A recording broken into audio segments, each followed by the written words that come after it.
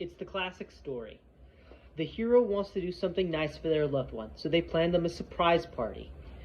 As the story progresses, the hero lies, deceives, and otherwise misdirects their loved one in order to keep the surprise a surprise, causing the loved one to ultimately feel rejected and forgotten on their special day.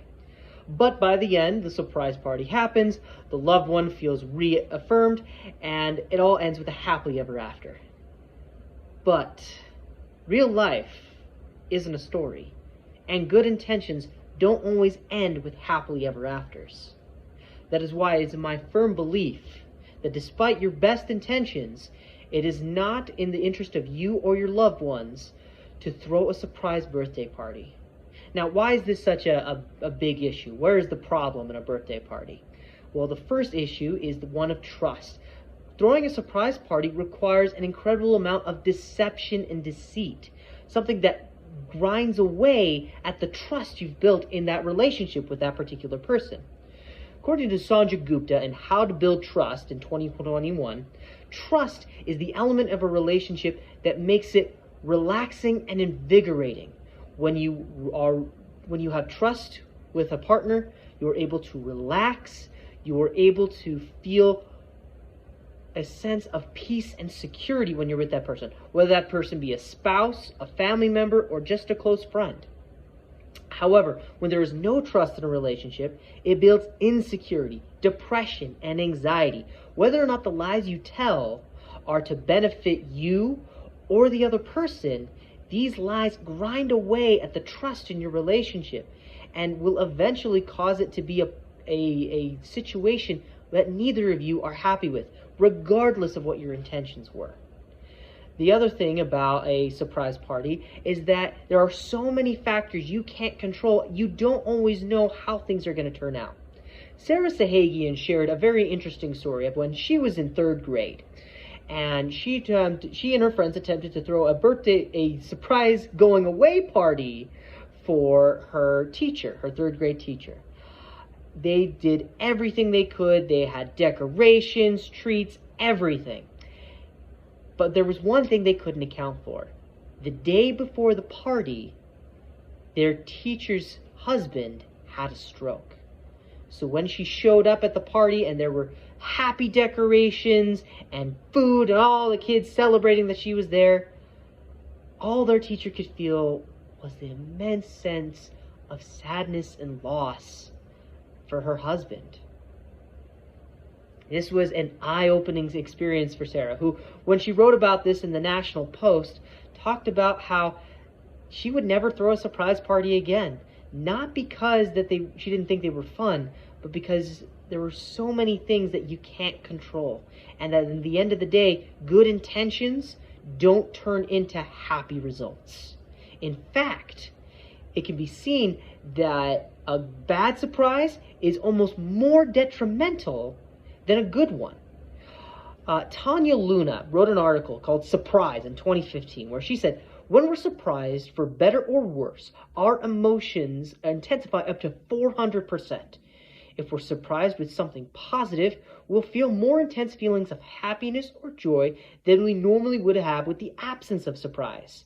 Similarly, if we were surprised by something negative, our feelings of anger, despair, and unhappiness will also intensify because of that surprise. So, how do we use this to our advantage? Well, instead of trying to throw a surprise party, something with so much complicated elements with things you can't control, small manageable surprises help bring happiness to your loved one without causing the great anxiety, lies, and the other factors that can cause surprise parties to go wrong. Take a look at this visual aid. Here you see on the left we have small surprise, an example of what it takes to create one, and on the right you'll see large surprise, what it takes to create a surprise party, for example.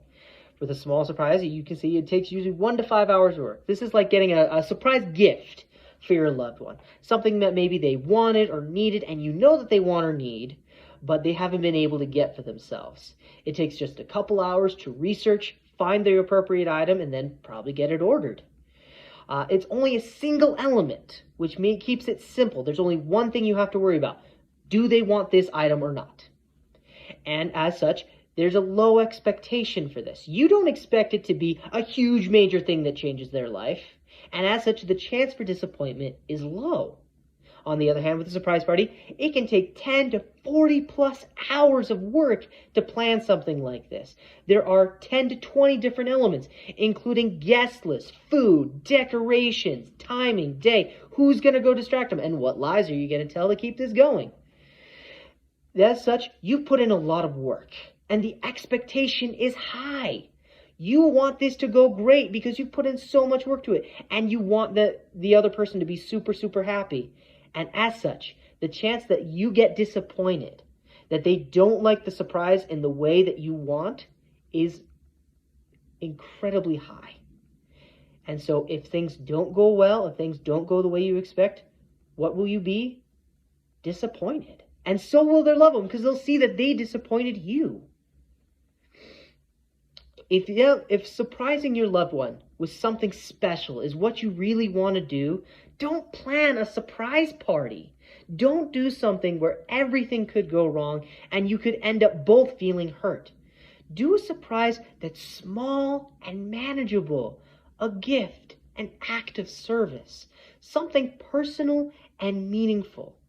Because a personal, meaningful surprise gift is better than some boisterous multi-item activity that may not go your way. Everyone wants to feel loved and special. But the best way to do that is to take a little bit of time to do something small and personal, not throw a big surprise party that will ultimately lead to lies, to disappointment, and to heartache.